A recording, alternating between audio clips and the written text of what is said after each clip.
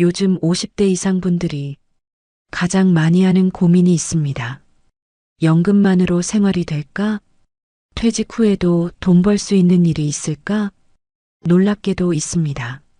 그것도 집에서 큰 돈 들이지 않고요. 오늘은 실제로 많은 시니어들이 조용히 수입을 만들고 있는 방법들, 그 중에서도 현실 가능한 5가지 사례를 이야기해 보려 합니다.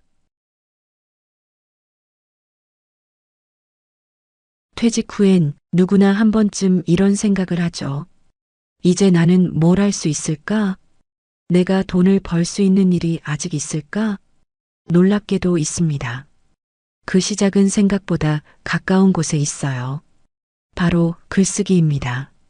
요즘은 예전처럼 글을 잘 써야만 돈이 되는 시대가 아닙니다. 대신 진짜 경험담을 솔직하게 나누는 게 가장 큰 경쟁력이 되었죠. 예를 들어 새로 산 전자제품을 써본 후기, 맛있게 먹은 반찬 하나, 내가 다녀온 병원 진료 경험까지. 그냥 하루의 기록 같지만 그게 누군가에게는 꼭 필요한 정보가 됩니다. 이런 글을 블로그에 쓰면 조회수가 쌓이고 체험단이나 광고 제안이 들어옵니다. 처음엔 그게 진짜 될까 싶지만 꾸준히 3개월만 해보세요. 놀랍게도 글이 돈이 되는 순간이 옵니다. 제가 아는 60대 아주머니 한 분은 처음엔 그냥 손주 사진을 올리던 블로그로 생활용품 리뷰를 시작하셨어요. 글을 잘 못 써요. 사진도 못 찍고요. 그렇게 말씀하시던 분이 지금은 매달 4,070만 원씩 꾸준히 수입을 올리고 계십니다. 비결은 단 하나, 꾸준함이에요. 매일 한 줄이라도 써보는 것. 그리고 진짜 써본 사람의 말투로 적는 것. 이거 진짜 편해요. 이건 생각보다 별로였어요. 이렇게 솔직하게 말하는 글은 사람들이 신뢰하고 다시 찾아옵니다. 요즘은 기업들도 달라졌어요. 이젠 화려한 문장보다 진짜 후기를 원합니다. 그래서 시니어 체험단을 따로 모집하는 경우도 많아요. 젊은 세대보다 신뢰도가 높기 때문이에요. 생활 경험이 많고 제품을 꼼꼼히 보는 눈이 있으니까요. 예를 들어 주방용품, 건강보조식품, 마사지기, 청소기나 전기요 같은 생활 제품은 시니어 후기의 반응이 정말 좋아요. 업체 입장에서도 진짜 써본 후기가 훨씬 가치가 있거든요. 글쓰기의 좋은 점은 시간과 장소의 제약이 없다는 겁니다. 집에서도 카페에서도 손주 낮잠 시간에 잠깐이라도 할 수 있죠. 누군가는 새벽 6시에 일어나 커피 한 잔과 함께 하루 일기를 쓰고 그게 리뷰가 되어 소득으로 돌아옵니다. 하루 1시간 투자로 한 달에 30만 원, 50만 원을 버는 분들이 요즘 정말 많아요. 그리고 이건 단순한 돈의 문제가 아니라 삶의 리듬이 생긴다는 점에서 의미가 큽니다. 하루가 조금 더 활기차지고 다시 사회와 연결되는 기분이 들죠. 혹시 글쓰기가 어렵게 느껴지신다면 이렇게 시작해 보세요. 1. 내가 최근에 써본 제품 하나를 떠올립니다. 이 좋았던 점, 아쉬웠던 점을 각각 3줄씩 적습니다. 3. 제목에 진짜 써본 후기, 직접 써보니 같은 문구를 넣습니다. 이게 바로 첫 수입으로 가는 길이에요. 요즘은 AI 글쓰기 도구도 많아요. 글을 다 써야 한다는 부담을 내려놓으세요. 핵심만 정리해서 입력하면 AI가 자연스럽게 이어주는 시대입니다. 하지만 여전히 중요한 건 사람의 진심이에요. 결국 읽는 사람은 누가 써줬는가를 느끼니까요. 그래서 시니어의 글은 강합니다. 경험에서 나오는 말에는 묵직한 신뢰가 있거든요. 글로 돈을 번다는 건 사실 기록으로 나를 인정받는 일이에요. 누군가는 부업이라 부르지만 누군가에겐 나도 아직 사회의 일원이라는 증거가 됩니다. 돈보다 큰 건 그 자존감이에요. 오늘 내가 쓴 글이 누군가의 검색창에 뜨고 그 사람이 내 글을 보고 도움을 받는다는 것. 그게 얼마나 값진 일인지 해본 사람은 압니다. 이제 시작해 볼까요? 오늘 하루 내가 쓰는 물건 중 하나만 골라 짧게 적어 보세요. 사진을 찍고 느낀 점을 세 줄만 써보세요.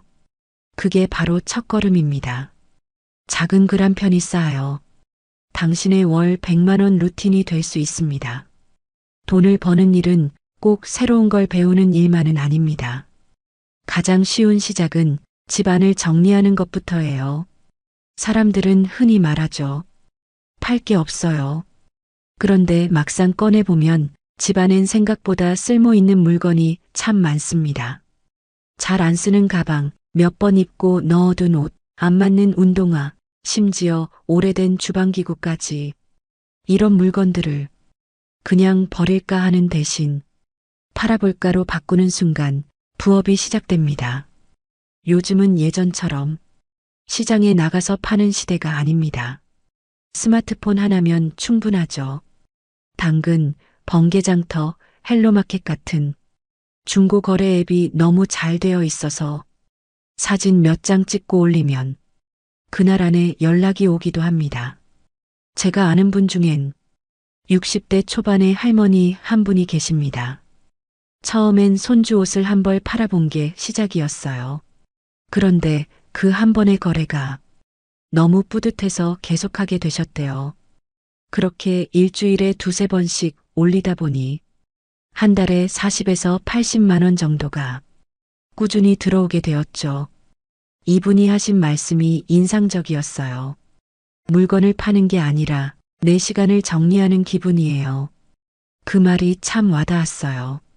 돈도 좋지만 쌓여있던 짐을 정리하면서 마음까지 가벼워지는 거죠. 그리고 놀라운 건 이게 꾸준히 할수록 돈이 되는 일이라는 겁니다. 중고거래에서 중요한 건 많이 올리는 것보다 꾸준히 올리는 것이에요. 처음엔 물건을 팔아도 10명 중 9은 흥정만 하다가 끝나지만 한 명이 사면 자신감이 생깁니다. 그 다음부터는 쉬워집니다. 사진 찍는 법도 익숙해지고 어떤 문구를 써야 반응이 좋은지도 감이 오죠. 예를 들어 한두 번 사용한 깨끗한 제품이에요.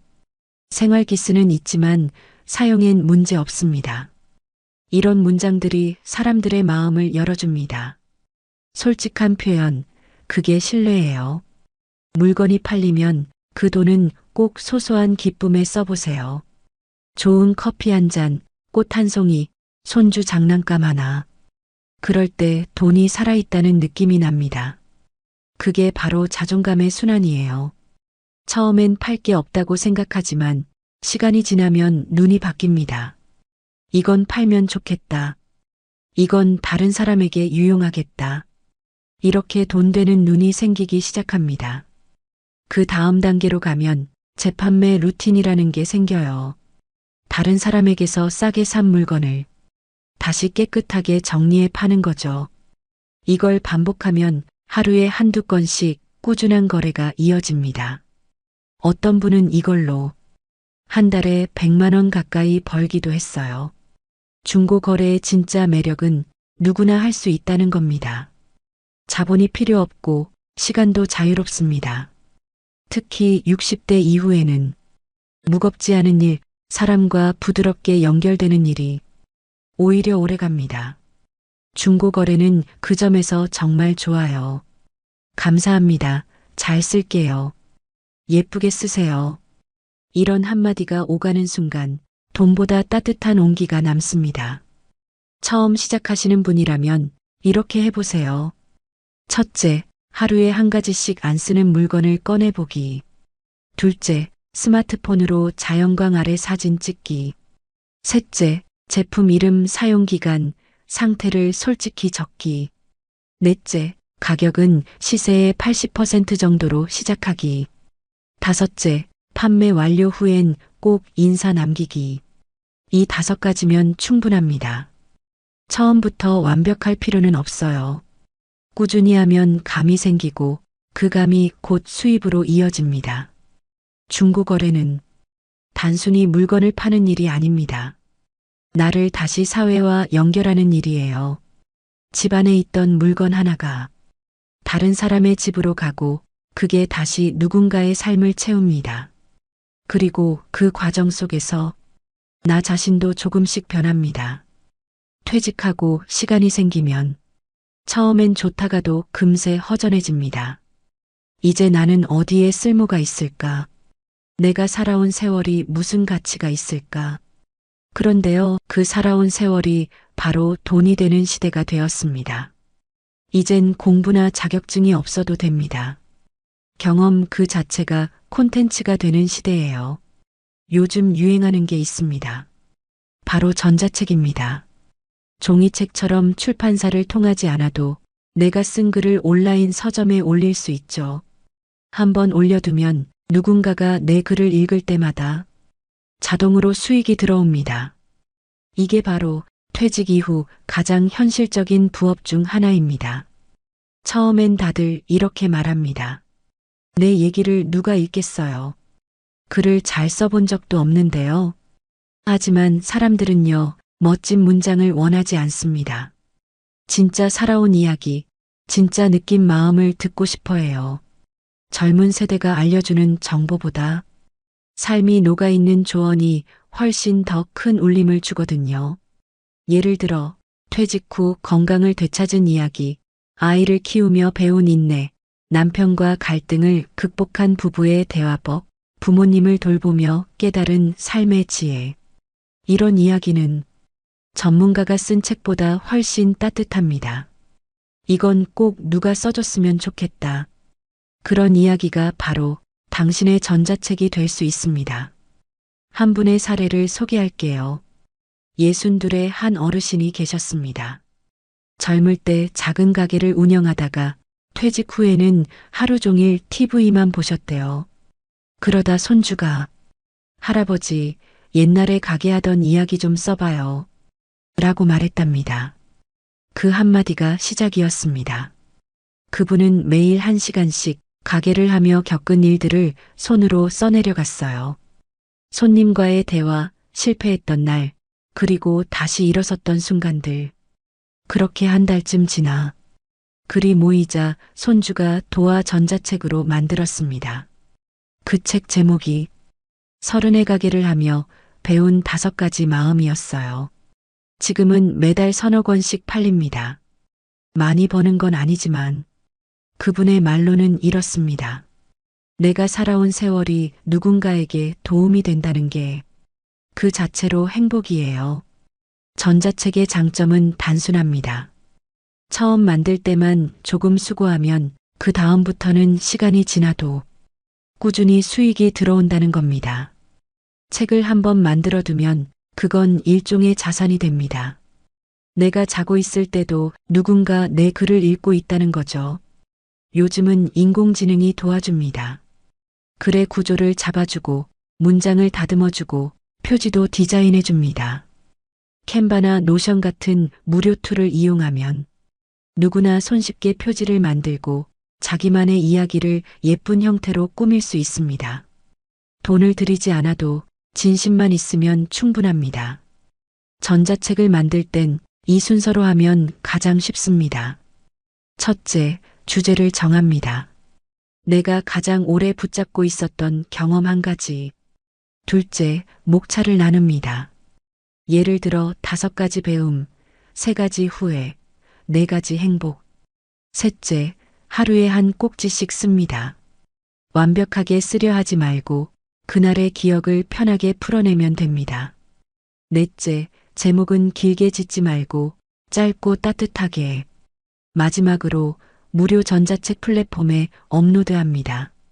어렵게 느껴지시죠? 하지만 해보면 알게 됩니다. 이건 글쓰기보다 인생 정리에 가깝다는 걸요. 내가 살아온 길을 돌아보며 마음을 다듬는 시간, 그게 전자책의 진짜 보람입니다. 이 부업의 수익은 처음엔 아주 작게 시작됩니다. 그러다 입소문이 나면 한 달에 30만 원, 50만 원, 어떤 분은 100만 원 넘게 버는 경우도 있습니다. 하지만 그보다 더 큰 건 사람들의 댓글입니다. 선생님 글을 읽고 울었어요. 그 말 한 줄이 힘이 됐습니다. 그 말을 들으면 돈보다 따뜻한 기쁨이 밀려옵니다. 혹시라도 망설이신다면 오늘부터 이렇게 시작해 보세요. 하루에 딱 5줄. 내가 겪은 일, 그날 느낀 점, 배운 교훈 한 가지. 그 5줄이 모이면 한 달 후엔 한 권의 책이 됩니다. 그리고 꼭 기억하세요. 잘 쓰는 사람보다 진심으로 쓰는 사람이 오래 갑니다. 많이 버는 사람보다 꾸준히 나누는 사람이 사랑받습니다. 그분이 마지막에 이런 말을 하셨어요. 이젠 내 인생이 헛되지 않았다는 걸 알겠어요. 내 이야기를 누군가가 읽어준다는 게 그게 제일 큰 행복이에요. 삶의 경험은 나이와 함께 깊어집니다. 그 깊이가 바로 지식이 되고 그 지식이 누군가의 길을 비춰줍니다. 오늘의 당신 이야기. 그게 바로 누군가의 내일을 바꾸는 힘이 될 거예요. 나이가 들면 몸은 조금 느려지지만 마음은 여전히 누군가를 돌보고 싶어집니다. 그게 바로 이 부업의 출발점이에요. 요즘은 하루 몇 시간만 투자해도 소소한 수입을 얻을 수 있는 돌봄과 산책 일거리가 정말 많습니다. 옛날에는 이런 일을 하려면 사람 소개나 구청 연결이 필요했지만 이젠 휴대전화 하나로 충분합니다. 어플에 등록하면 가까운 동네 일거리부터 시간 단위로 고를 수 있습니다. 아이 돌봄, 반려동물 산책, 집안 정리 도우미 같은 일들이죠. 특히 반려동물 돌봄은 시니어 분들 사이에서도 인기예요. 강아지랑 산책만 해도 돈이 돼요? 네, 됩니다. 요즘은 산책 대행 서비스가 많아. 한번 나갔다 오면 10,000원에서 15,000원 정도를 받습니다. 하루 2번이면 한 달에도 꽤 큰 도움이 되죠. 어떤 분은 이렇게 말했습니다. 돈보다 강아지가 나를 기다려주는 게 좋아요. 그 말이 참 마음에 남았습니다. 혼자 있는 시간이 많은 시니어에게 이런 일은 단순한 아르바이트가 아니라 삶의 리듬을 다시 만들어주는 일이 됩니다. 매일 일정한 시간에 나가 걷고 햇볕을 쬐고 누군가를 돌본다는 감정이 생기니까요. 몸도 마음도 건강해지는 일이죠. 또 다른 예로 일주일에 2번 아이를 돌봐주는 일을 하는 할머니가 있습니다. 그분은 아이들과 그림을 그리고 책을 읽어주는 일을 하세요. 한 번 갈 때마다 2시간 정도 일하고 소정의 용돈을 받습니다. 그분의 말이 인상적이에요. 아이를 돌본다기보다 내가 젊어지는 기분이에요. 웃음소리와 함께 하루가 지나고 집에 돌아오면 피곤하지 않고 오히려 마음이 밝아진다고 하셨습니다. 이런 일은 체력보다 마음이 더 중요합니다. 친절한 말, 따뜻한 시선, 그리고 꾸준한 책임감.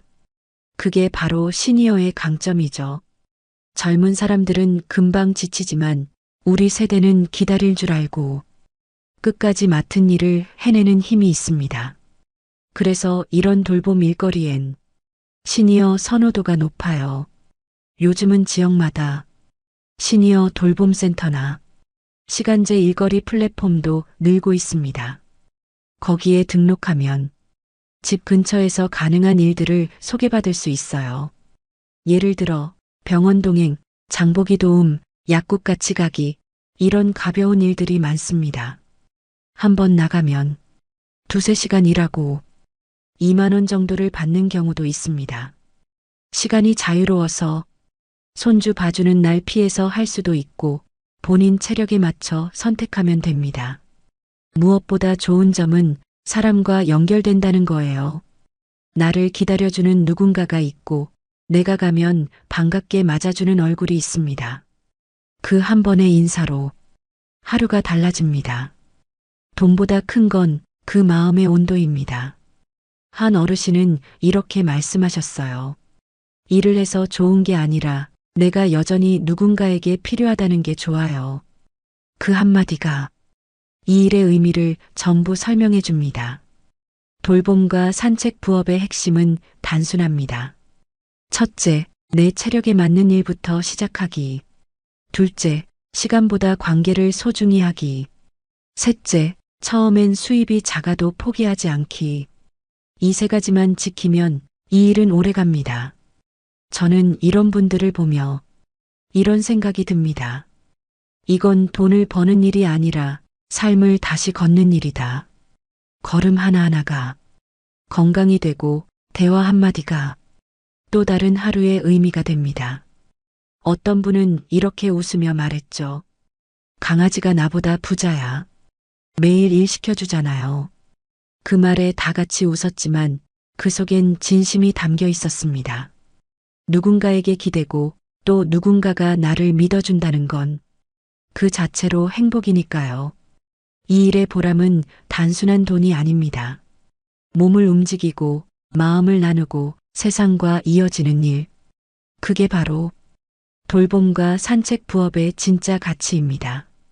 오늘 저녁 집 근처 공원을 천천히 걸어보세요. 혹시 누군가의 반려견이 당신의 새 일상이 될지도 모릅니다. 그 한 걸음이 새로운 부업의 시작이니까요. 요즘은 글보다 영상으로 세상이 움직입니다. 그리고 놀라운 건 60대, 70대 시니어들이 만든 유튜브 채널이 젊은 세대보다 훨씬 꾸준하게 성장한다는 겁니다. 나이 들어서 유튜브를 한다고? 이젠 그런 말 아무도 안 합니다. 이건 단순한 영상이 아니라 삶의 기록이자 새로운 수입의 통로이기 때문이죠. 유튜브의 좋은 점은 큰 돈을 들이지 않아도 된다는 거예요. 스마트폰 하나, 무료 사진 몇 장, 그리고 목소리 대신 AI 음성만 있으면 충분합니다. 얼굴을 안 보여도 됩니다. 대신 진심을 보여주면 돼요. 사람들은 화려한 영상보다 따뜻한 이야기를 더 오래 봅니다. 제가 아는 한 어르신은 퇴직 후 무료하게 지내다가 손주의 도움으로 유튜브를 시작하셨습니다. 처음엔 그냥 일기처럼 영상을 만들었어요. 밭에서 채소를 따는 장면, 반려견과 산책하는 모습, 시장 보러 가는 하루. 그런데 어느 날 그 영상에 댓글이 달렸습니다. 선생님 영상 보니 마음이 편해졌어요. 그 한마디가 그분을 바꿨습니다. 지금은 일주일에 2편씩 꾸준히 올리며 채널을 운영하고 계십니다. 그분의 말이 기억에 남아요. 돈보다 내 이야기를 들어주는 사람이 생긴 게 제일 고맙습니다. 유튜브는 돈을 버는 플랫폼이기도 하지만 사람과 연결되는 공간이기도 합니다. 처음엔 조회수가 적고 반응이 없어도 괜찮아요. 영상 하나하나가 조용히 당신의 이야기를 전하고 있으니까요. 그리고 어느 날 어떤 영상 하나가 예상치 않게 퍼집니다. 그때부터는 인생이 조금 달라집니다. 많은 분들이 이렇게 시작합니다. 첫째, 내가 자주 말하는 주제를 정합니다. 건강, 인생, 가족, 음식, 여행. 그중 마음이 가는 걸 고르세요. 둘째, 대본은 짧게 대신 진심을 담아 적습니다. 셋째, 사진이나 영상은 무료 사이트에서 찾아 사용하세요. 예쁜 배경이나 따뜻한 이미지면 충분합니다. 넷째, AI 음성이나 본인 목소리로 나긋하게 녹음합니다. 마지막으로 꾸준히 올리기. 이게 가장 중요합니다. 유튜브의 수익 구조는 단순합니다. 사람들이 영상을 오래 보면 그만큼 광고 수입이 들어옵니다. 조회수보다 더 중요한 건 시청 시간이에요. 그래서 이야기가 중심이 되는 시니어 채널은 오히려 오래가는 힘이 있습니다. 어떤 분은 이렇게 말했습니다. 처음엔 용돈벌이로 시작했는데 지금은 제 삶의 일부가 됐어요. 그 말이 참 따뜻하죠. 유튜브는 단순히 영상을 올리는 일이 아니라 하루를 의미 있게 만드는 습관입니다. 하루 한 편의 영상이 나를 세상과 이어주고 또 누군가의 하루를 위로해 줍니다. 그리고 요즘은 얼굴을 안 보여도 목소리를 안 내도 충분히 가능합니다. AI 음성으로 대사를 넣고 무료 사진이나 배경음악으로 꾸미면 됩니다. 중요한 건 기술이 아니라 내용이에요. 사람들은 완벽한 영상보다 진심이 느껴지는 영상을 좋아합니다. 처음엔 낯설고 어려울 수 있습니다. 하지만 3편, 5편, 10편을 올리다 보면 감이 생깁니다. 처음 조회수가 10번이던 영상이 한 달 뒤엔 1000번이 되고 그게 반복되면 어느 날 수익화 승인이라는 기쁜 소식을 받게 되죠.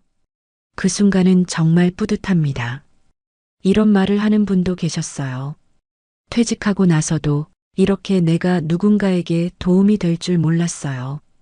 그분은 지금 노후 생활 정보를 전하는 채널을 운영하며 매달 일정한 수입을 얻고 있습니다. 유튜브의 가장 큰 장점은 평생직이라는 점이에요. 은퇴가 없습니다. 몸이 허락하는 한 언제든지 내 이야기를 전할 수 있습니다. 나이와 상관없이 시작할 수 있고 경험이 많을수록 콘텐츠가 깊어집니다. 이제 당신 차례입니다. 오늘 하루 내가 전하고 싶은 이야기 한 줄만 써보세요.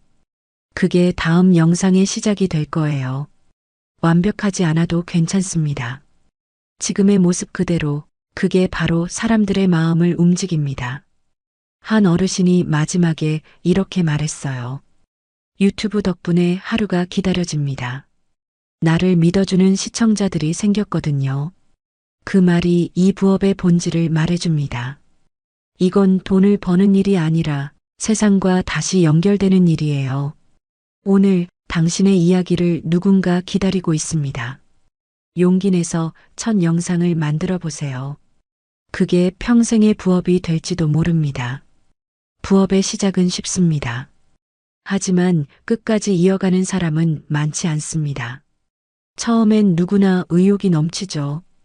오늘은 꼭 해보자. 이번 달엔 돈을 벌어보자. 그런데 며칠 지나면 피곤이 몰려오고 성과가 보이지 않으면 금세 포기하게 됩니다. 하지만 진짜 차이는 거기서 생깁니다. 처음엔 천천히 눈에 보이지 않게 쌓이지만 꾸준히 하는 사람만이 결과를 봅니다. 사람들이 말하죠. 꾸준함이 제일 어렵다. 맞아요. 정말 어렵습니다. 하지만 꾸준함이야말로 시니어에게 가장 잘 어울리는 힘입니다. 우리 세대는 한자리에 오래 버텨본 사람들이잖아요. 50년, 60년을 일하며 쌓은 인내가 있습니다. 그건 쉽게 무너지지 않아요. 이제 그 인내를 돈이 아닌 나의 새로운 일상으로 바꾸면 됩니다. 한 어르신이 이런 말씀을 하셨어요. 이 나이에 뭘 새로 하겠어. 그냥 있는 돈이나 아껴 써야지. 그 말을 듣고 저는 이렇게 대답했습니다. 지금부터라도 한 가지 일만 꾸준히 해보세요. 돈보다 더 큰 변화가 생깁니다. 그분은 중고 판매를 시작했어요. 처음엔 팔 게 없다고 하셨지만 한 달에 한두 개씩 물건을 팔면서 점점 표정이 달라졌습니다. 팔릴 때마다 내가 쓸모 있는 사람 같아요. 그 한마디에 이 부업의 본질이 담겨 있었습니다. 부업의 핵심은 큰 돈이 아닙니다. 매달 30만 원 또는 10만 원이라도 내 손으로 번 돈이라는 점에 의미가 있습니다. 그 돈이 크든 작든 상관없어요. 그건 단순한 수입이 아니라 내가 여전히 사회의 일부라는 증거이기 때문입니다. 꾸준함은 습관입니다. 한번 시작한 일을 조금이라도 매일 이어가는 것. 글을 쓰는 날엔 3줄이라도 적고 사진을 올리는 날엔 한 장이라도 올리고 산책을 하는 날엔 10분이라도 걸어보세요. 그게 쌓이면 어느 날 나도 모르게 인생이 달라져 있습니다. 어떤 분은 이렇게 말씀하셨어요. 하루라도 안 하면 허전해요. 이젠 부업이 아니라 내 일상이에요. 그 말이 얼마나 멋진지 모릅니다. 처음엔 돈을 위해 시작했지만 이제는 삶의 의미가 된 거죠. 사람들은 결과를 빨리 보려 합니다. 하지만 꾸준한 사람은 압니다. 결과는 느리게, 조용하게, 하지만 분명하게 찾아옵니다. 어제의 나보다 오늘 조금 더 나아졌다면 그게 바로 성공입니다. 혹시 지금도 망설이고 계신가요? 나도 할 수 있을까? 이제 시작해도 늦지 않았을까? 괜찮습니다. 지금 이 영상을 보고 있다는 것만으로 이미 시작하신 거예요. 첫 발을 내디딘 사람만이 두 번째 발을 옮길 수 있습니다. 부업은 결국 꾸준함의 싸움입니다. 성공과 실패를 나누는 기준은 단 하나, 끝까지 하는가, 중간에 멈추는가. 오늘은 힘들어도 내일은 조금 더 익숙해지고 모레는 그것이 내 루틴이 됩니다. 오늘은 하기 싫다. 그럴 땐 딱 10분만이라도 해보세요. 그 10분이 당신을 포기하지 않게 만듭니다. 매일 조금씩, 한 걸음씩. 그게 바로 시니어의 힘입니다. 마지막으로 이 말을 전하고 싶어요. 꾸준함은 나를 배신하지 않는다. 돈은 때때로 오락가락하지만 꾸준히 쌓인 시간은 절대 사라지지 않습니다. 그 시간들이 쌓여 당신의 부업을 그리고 인생의 두 번째 봄날을 만들어줄 거예요. 하루를 마치고 불을 끄기 전에 문득 이런 생각이 듭니다. 내가 이렇게 살아도 괜찮을까? 이제 나한테 남은 건 뭐지? 그럴 때마다 꼭 기억했으면 좋겠어요. 인생은 나이를 기준으로 끝나는 게 아니라 마음을 기준으로 다시 시작된다는 것. 우리는 참 오랫동안 가족을 위해, 일터를 위해, 남을 위해 살아왔습니다. 이제는 조금 나 자신을 위해 살아도 괜찮아요. 부업이 단순히 돈을 버는 일이 아니라 나를 다시 세상과 연결해주는 일이 되는 이유가 바로 그겁니다. 글 한 줄, 사진 한 장, 영상 하나. 그 작은 시도들이 모여 당신의 새로운 하루를 만들어갑니다. 이 나이에 뭘 새로 시작해? 이 말을 가장 많이 듣는 세대지만 가장 용기 있는 세대도 바로 우리입니다. 한 어르신이 이런 말씀을 하셨어요. 퇴직 후엔 인생이 끝난 줄 알았어요. 근데 이젠 알겠어요. 내가 나를 다시 일으킬 수 있다는 걸요. 그 말이 참 울림이 있었습니다. 인생 이막이라는 건 거창한 게 아닙니다. 매일 아침 일어나 오늘은 뭘 해볼까?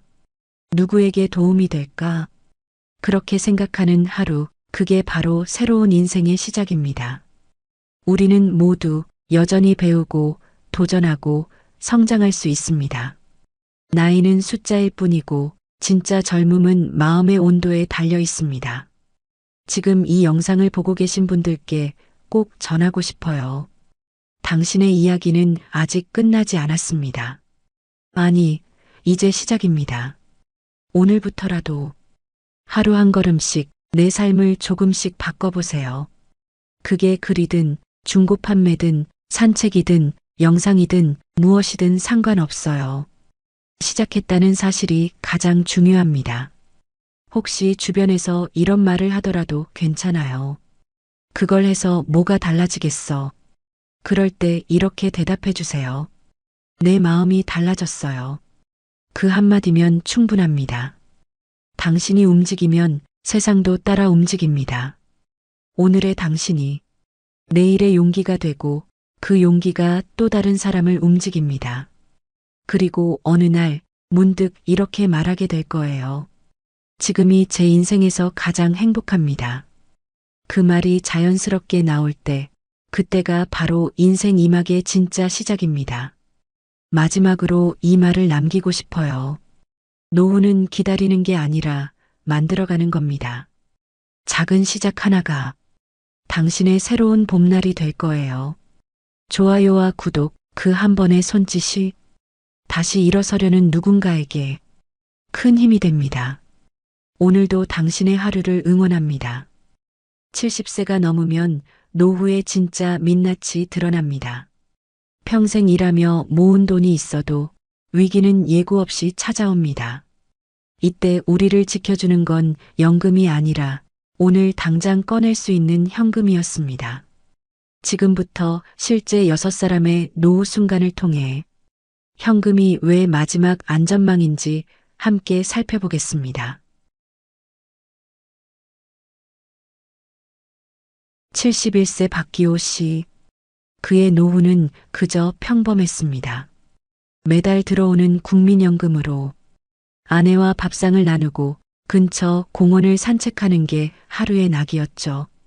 아내 송미자 씨는 늘 잔소리를 하듯 말하곤 했습니다. 이제 걱정 좀 그만해요. 우리 살 만큼은 있잖아요. 그 말에 기호 씨는 웃으며 고개를 끄덕였지만 속으로는 늘 한 구석이 불안했습니다. 노후라는 게 언제 무너질지 모르니까요. 그러던 어느 날 늦은 밤 전화벨이 울렸습니다. 받아든 전화기 너머로 들려온 아들의 목소리는 어딘가 떨리고 있었습니다. 아버지 회사에서 구조조정이 있었어요. 저도 이번에 잘렸습니다. 순간 말문이 막혔습니다. 아들이 20년 넘게 다닌 회사였습니다. 한 번도 지각하지 않고 성실하게 일해온 아들이었기에 그 소식은 믿기지 않았습니다. 처음엔 기호 씨도 담담했습니다. 괜찮다, 재훈아.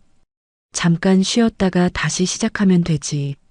하지만 현실은 생각보다 냉정했습니다. 이력서를 수십 통 내도 면접 제안은 한 통도 오지 않았습니다. 아들은 점점 말수가 줄었고 표정은 어두워졌습니다. 그 무렵부터 며느리의 얼굴에서도 미소가 사라졌습니다. 월세, 아이들 학원비, 식비까지 모든 부담이 한꺼번에 몰려들자 집안의 공기가 싸늘하게 식어갔습니다. 결국 어느 날 밤 며느리는 두 아이를 두고 짐을 싸나갔습니다. 더는 이렇게 못 살겠어요. 그 한마디를 남기고 떠났죠.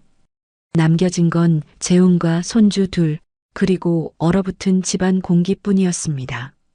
며칠 동안 재훈은 말이 없었고 손주들은 밥을 먹으며 울었습니다.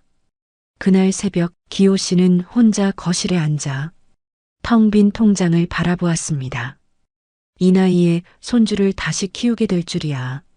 속으로 한숨이 새어나왔습니다. 그날 이후 그의 일상은 완전히 달라졌습니다. 아침마다 밥을 준비하고 학교 준비물을 챙기고 손주 숙제를 봐주는 게 하루의 전부가 되었죠. 그렇게 웃고 있지만 밤이 되면 불 꺼진 거실에서 조용히 통장을 열어보곤 했습니다. 비상금 봉투에 담겨 있던 300만 원은 한 달도 되지 않아 절반으로 줄었습니다. 식비, 교통비, 아이들 준비물비. 쓸 때마다 손이 떨렸습니다. 아내는 조심스레 물었습니다. 여보, 괜찮겠어요? 기호 씨는 대답 대신 고개만 끄덕였습니다. 하지만 마음속에선 불안이 커져만 갔습니다. 이러다간 우리 노후가 송두리째 흔들릴 수도 있다는 두려움이 몰려왔습니다. 그는 그제야 깨달았습니다. 노후를 무너뜨리는 건 꼭 병원비나 큰 사고가 아니었습니다. 자식의 위기, 그 한마디로 부모의 삶은 순식간에 흔들렸습니다. 그날 밤 기호 씨는 오래된 통장을 꺼내 손으로 몇 번이고 어루만졌습니다. 그래도 이게 있어서 다행이야. 그의 눈가에는 눈물이 맺혔습니다. 연금은 매달 들어왔지만 그 돈으로는 갑작스러운 상황을 막을 수 없었습니다. 손에 잡히는 현금, 그게 유일하게 위기를 버티게 해주는 힘이었습니다. 기호 씨는 다짐했습니다. 다음에 또 무슨 일이 생겨도 누구에게 손 벌리지 말자. 내 손에 현금이 있는 한 이 집은 버틸 수 있다. 73세 최병선 씨. 그는 평생 성실한 사람이었습니다. 공무원으로 정년까지 근무하고 퇴직 후에는 아내와 함께 작은 텃밭을 가꾸며 살았습니다.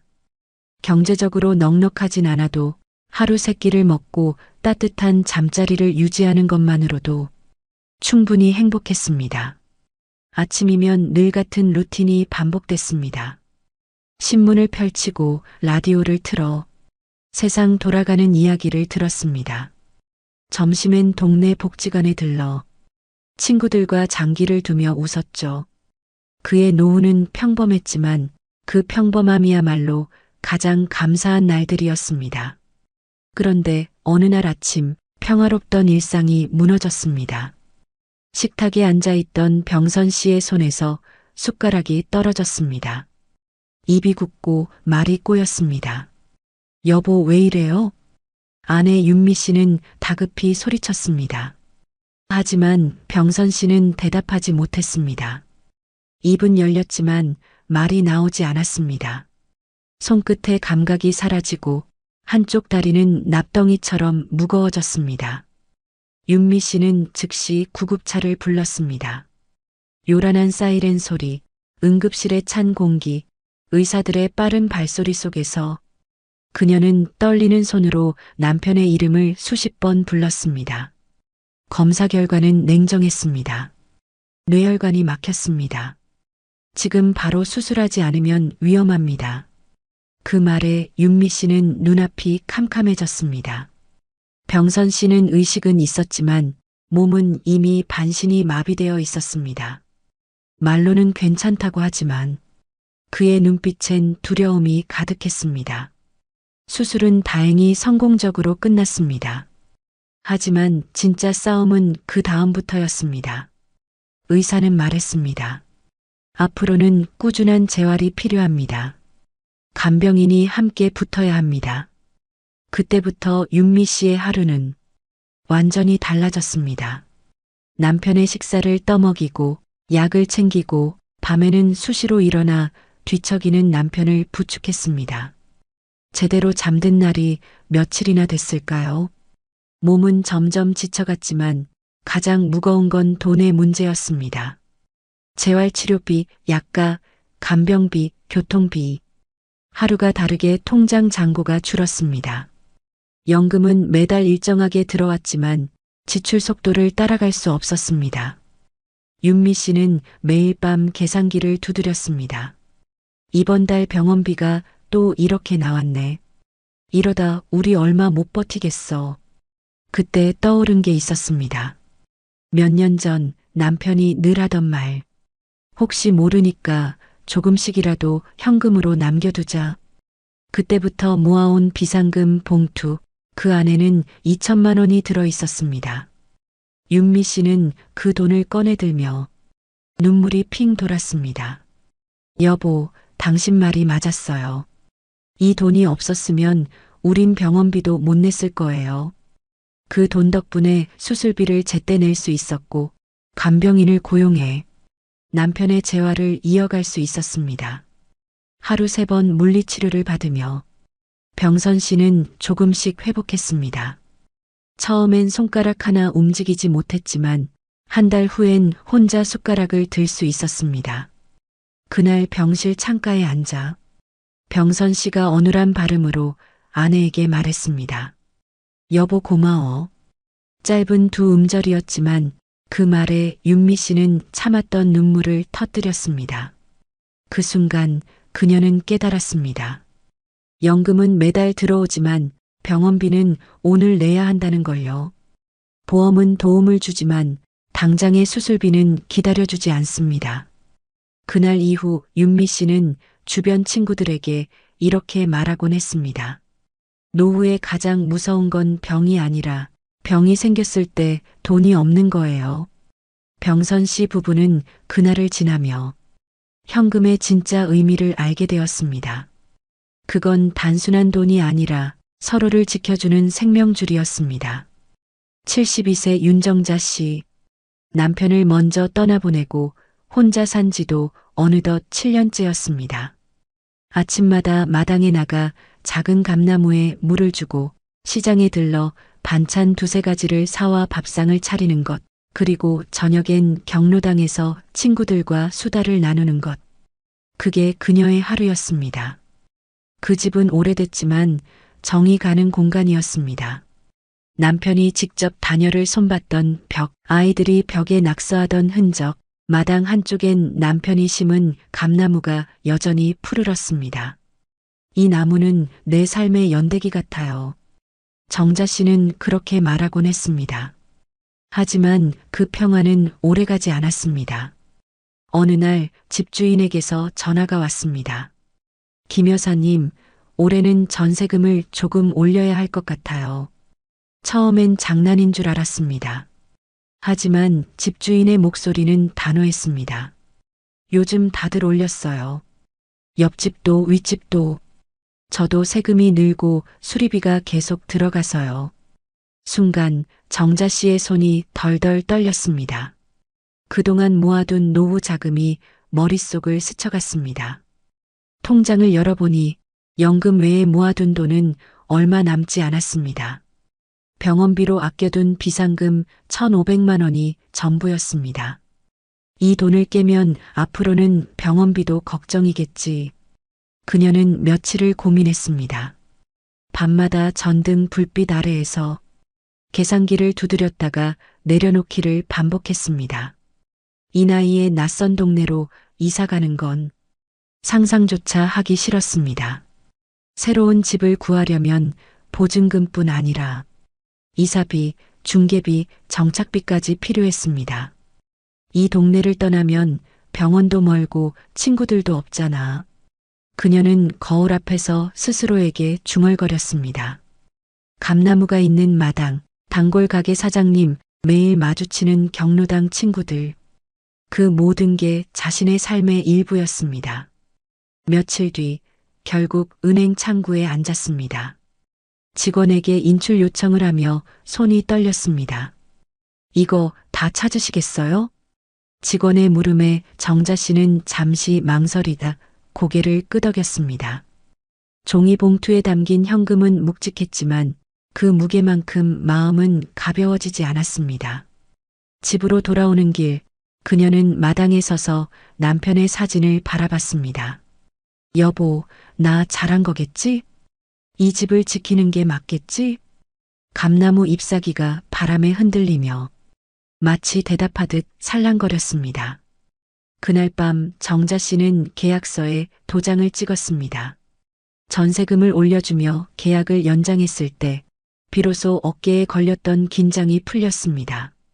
다음 날 아침 창문 사이로 들어오는 햇살이 그녀의 얼굴을 비췄습니다. 그래, 이게 내 집이지. 그녀는 미소를 지었습니다. 비상금은 사라졌지만 삶은 그대로 유지됐습니다. 익숙한 골목길, 단골 반찬 가게, 친구들과의 수다. 그 모든 일상이 지켜진 겁니다. 정자 씨는 그때 깨달았습니다. 현금은 단순히 돈이 아니었습니다. 그건 익숙한 일상과 기억을 지켜주는 힘, 삶의 뿌리를 잡아주는 안전망이었습니다. 그녀는 그날 일기를 이렇게 마무리했습니다. 오늘 감나무에 물을 주며 남편에게 말했다. 당신이 남긴 집, 내가 지켰다고. 비상금은 사라졌지만 내 삶은 아직 여기에 있다. 74세 김춘자 씨는 남편을 떠나보낸 지 벌써 반년이 되었습니다. 시간이 흘렀지만 집안 어딘가엔 아직도 남편의 온기가 남아있는 듯 했습니다. 아침이면 습관처럼 젓가락 2벌을 꺼냈다가 하나를 다시 집어넣습니다. 아, 이제는 나 혼자였지. 그녀는 스스로 중얼거리며 작은 한숨을 내쉬었습니다. 남편 박노인 씨는 평생을 버스 운전기사로 살아온 성실한 사람이었습니다. 퇴직 후에도 잠시도 쉬지 않았고 근처 주차장에서 관리 아르바이트를 하며 하루를 성실하게 채웠죠. 그가 벌어온 돈은 크지 않았지만 그 덕분에 집에 전기세도 끊이지 않았고 냉장고에는 늘 반찬이 있었습니다. 춘자 씨는 말했습니다. 그 사람이 살아있을 땐 몰랐어요. 그저 당연하게 생각했죠. 매달 들어오던 생활비가 그렇게 든든한 줄 그땐 몰랐어요. 하지만 남편이 세상을 떠난 후 그 모든 흐름이 멈췄습니다. 연금의 절반은 남편 명의로 들어오던 것이었고 그의 작은 용돈벌이도 사라졌습니다. 생활은 눈에 띄게 빠듯해졌고 매달 고정비가 무겁게 다가왔습니다. 전기세, 가스비, 관리비, 약값. 그전엔 아무렇지 않던 금액이 이제는 하나하나 부담으로 다가왔습니다. 통장을 볼 때마다 한숨이 저절로 새어나왔습니다. 이 돈으로 앞으로 얼마나 버틸 수 있을까? 무엇보다 두려운 건 예기치 못한 순간이었습니다. 보일러가 고장 나거나 몸이 아파 병원에 가야 하는 날이 오면 통장은 속절없이 비게 될 게 분명했습니다. 그녀는 남편의 사진을 바라보다 천천히 눈을 감았습니다. 책장 서랍 속엔 그 사람의 낡은 지갑이 그대로 있었습니다. 그 지갑을 열자 남편이 살아있을 때 조금씩 넣어두던 현금 봉투가 나왔습니다. 흰 봉투 위에는 작게 적혀 있었습니다. 비상금, 네 사람 살림용도. 그녀는 그 봉투를 들고 한참을 울었습니다. 그건 마치 남편이 보내준 마지막 편지 같았습니다. 그 돈은 장례를 치르고 첫 몇 달의 생활비로 쓰였습니다. 남편의 손길이 남긴 그 현금이 없었다면 그녀는 병원비조차 낼 수 없었을 겁니다. 그 후로 춘자 씨는 더 조심스레 살았습니다. 식탁 위 반찬 가짓수를 줄이고 시장에서 가격표를 한 번 더 확인했습니다. 하지만 혼자 산다는 건 경제적인 문제만큼이나 마음의 문제이기도 했습니다. 밤마다 남편이 앉던 자리에 빈 의자를 바라보며 그녀는 조용히 속삭였습니다. 여보, 당신이 떠나도 나는 살아야 하잖아요. 그래서 이렇게 하루하루 버티는 거예요. 그녀에게 현금은 단순한 생활비가 아니었습니다. 그건 남편이 남긴 사랑의 형태였고 삶을 이어가게 하는 마지막 끈이었습니다. 봄이 되어 집 앞 감나무에 새싹이 돋아날 무렵 춘자 씨는 사진 액자를 닦으며 다시 말했습니다. 여보, 당신이 남긴 건 돈이 아니에요. 내가 버틸 수 있는 힘이에요. 그날 밤 일기장엔 짧은 글이 적혔습니다. 오늘도 남편의 비상금으로 전기세를 냈다. 이 돈이 아직 남아있다는 게 참 고맙다. 연금은 규칙적으로 들어오지만 삶은 그렇게 규칙적이지 않았습니다. 남편이 남긴 현금은 그녀의 하루를 지탱했고 외로움 속에서도 살 이유를 만들어 주었습니다. 춘자 씨는 이불을 덮으며 생각했습니다. 사람이 떠나도 그 사람이 남긴 돈은 온기를 전해요. 그리고 그 온기가 나를 살게 하죠. 70세 이재호 씨와 68세 한정임 씨 부부는 늘 검소한 부부로 통했습니다. 매달 들어오는 연금으로 생활비를 맞춰 쓰고 남는 돈은 봉투에 나눠 담아 서랍에 넣어두는 게 두 사람의 오랜 습관이었습니다. 언제 무슨 일이 생길지 모르니까. 그게 재호 씨의 입버릇 같은 말이었죠. 겨울 초입 찬바람이 불기 시작하던 어느 날 밤이었습니다. 자고 있는데 보일러가 갑자기 꺼졌습니다. 처음엔 타이머가 눌린 줄 알고 버튼을 몇 번 눌러봤지만 반응이 없었습니다. 다음 날 아침 수리기사를 불렀습니다. 기사님은 한참을 들여다보더니 고개를 저었습니다. 이건 수리로는 안 됩니다. 교체하셔야 해요. 그 말에 부부는 얼어붙은 듯 서로를 바라봤습니다. 교체 비용은 150만 원. 한 달 연금보다 많은 금액이었습니다. 정임 씨는 그냥 이불 껴입고 버텨보면 안 될까? 조심스레 말했습니다. 하지만 추위는 생각보다 잔인했습니다. 밤마다 찬 공기가 스며들었고 거실 온도는 8도 밑으로 떨어졌습니다. 기침이 나기 시작했고 정임 씨의 손끝은 새하얗게 변했습니다. 병원에 다녀온 날 의사는 단호히 말했습니다. 이 나이에 추위는 위험합니다. 저체온증이 올 수도 있어요. 그날 밤 재호 씨는 서랍을 열었습니다. 가장 안쪽에 있던 갈색 봉투 하나를 꺼냈습니다. 그 안에는 5만 원짜리 지폐가 가지런히 들어 있었습니다. 여보, 이거 있잖아. 혹시 몰라서 조금씩 모아둔 거야. 정임 씨의 눈이 커졌습니다. 그건 바로 몇 년 동안 두 사람이 모아온 비상금 300만 원이었습니다. 그 돈으로 보일러를 새로 교체했고 며칠 만에 다시 따뜻한 공기가 집 안가득 퍼졌습니다. 보일러에서 따뜻한 물이 돌자 정임 씨는 손을 녹이며 말했습니다. 여보, 이 돈이 없었으면 우리 진짜 얼어 죽었을지도 몰라.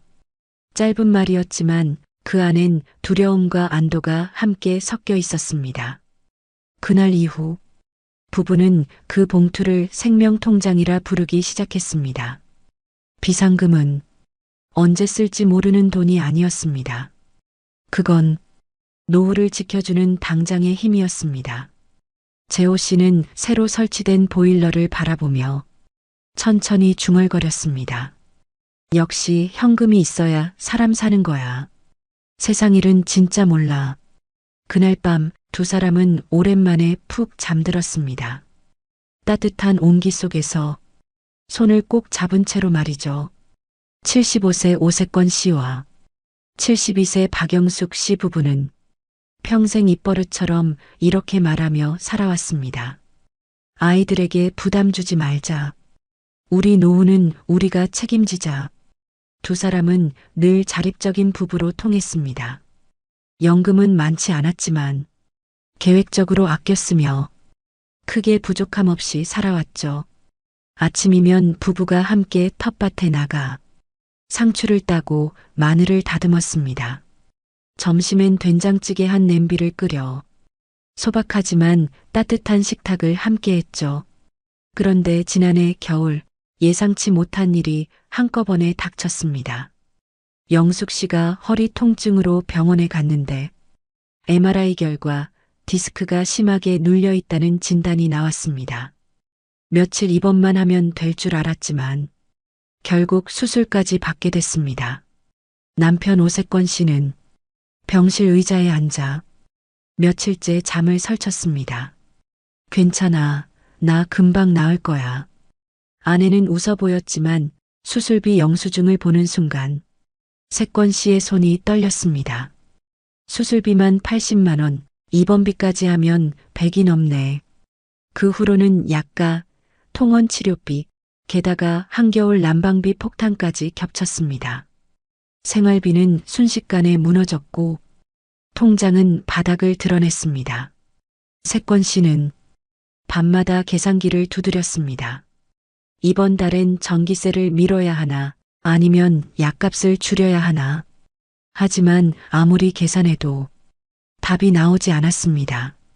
결국 그는 오랫동안 망설이던 말을 꺼냈습니다. 여보, 이번 달은 도저히 안 되겠어. 아들한테 조금만 도움을 받아야 할 것 같아.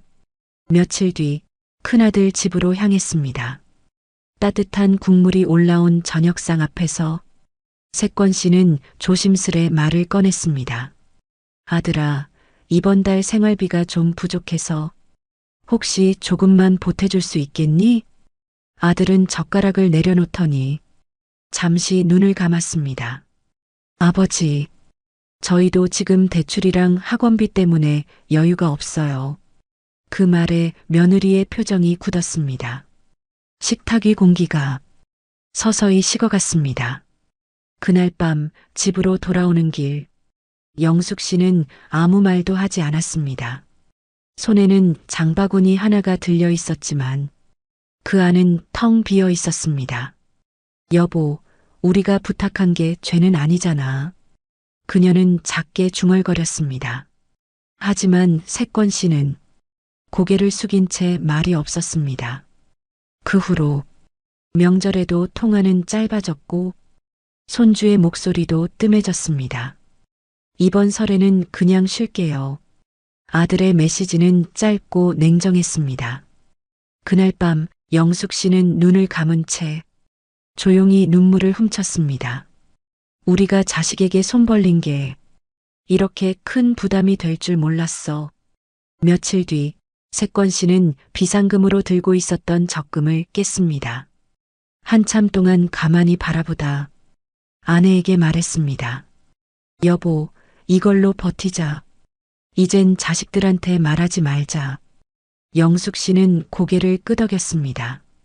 눈가엔 눈물이 맺혔지만 그 속엔 이상하게도 안도감이 섞여 있었습니다.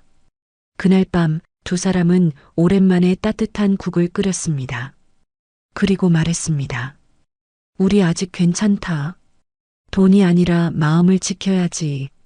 현금은 단순히 생활비가 아니었습니다. 그건 자존심을 지켜주는 울타리, 그리고 관계를 잃지 않게 하는 마지막 방패였습니다. 만약 그 돈이 없었다면 부모의 마음은 죄책감으로 무너지고 가족의 관계도 조용히 멀어졌을 겁니다. 오세권 씨는 창가에 앉아 천천히 중얼거렸습니다. 돈은 참 묘하지. 있을 땐 고맙고 없을 땐 마음까지 없애버리니까. 그의 말에 영숙 씨가 미소 지었습니다. 그날 밤 두 사람은 작은 봉투를 서랍 깊숙이 다시 넣었습니다. 혹시 모를 내일을 위해서 말이죠. 자녀의 실직, 배우자의 병, 갑작스러운 장례, 전세금 인상, 한겨울에 고장난 보일러, 그리고 자식에게 손을 벌려야 했던 그날까지 6사람의 이야기는 모두 달랐지만 한 가지 공통점이 있었습니다. 위기는 언제나 예고 없이 찾아왔다는 것. 그리고 그 순간을 버텨준 건 연금이 아니라 현금이었다는 사실이었습니다. 연금은 다음 달에 들어오지만 위기는 오늘 찾아옵니다. 보험금은 심사 후에 나오지만 병원비는 바로 오늘 내야 합니다. 그날을 지켜주는 건 제도도 정책도 자식의 도움도 아니었습니다. 바로 내 손 안의 현금, 그 돈이었습니다. 그렇다면 얼마나 준비해야 할까요?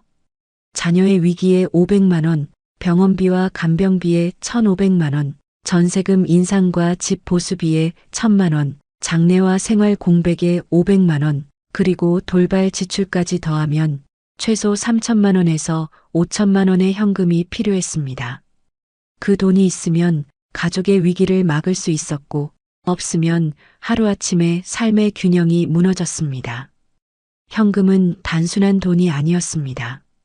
그건 내 자존심을 지켜주는 방패였고, 사랑하는 가족과의 관계를 무너지지 않게 하는 울타리였습니다. 70세 이후 진짜 부자는 연금이 많은 사람이 아니라 위기 앞에서 당황하지 않는 사람이었습니다. 그들이 가진 건 명품도 땅도 아닌 당장 꺼낼 수 있는 돈이었습니다. 그 현금이 있었기에 삶은 이어졌고 가정은 지켜졌으며 마음은 무너지지 않았습니다. 여러분은 70세 이후 어떤 순간이 가장 두렵습니까? 자녀에게 손을 벌려야 하는 순간입니까? 병원 응급실 문 앞에 서 있는 순간입니까? 아니면 익숙한 집을 떠나야 하는 순간입니까? 그 답은 다르겠지만 한 가지는 분명합니다. 누구도 이런 순간을 피할 수 없고 준비된 현금만이 우리를 지켜줄 수 있다는 사실입니다. 오늘의 이야기가 마음에 닿았다면 구독, 좋아요, 댓글 부탁드립니다. 여러분의 작은 참여가 다음 이야기를 만드는 큰 힘이 됩니다. 감사합니다.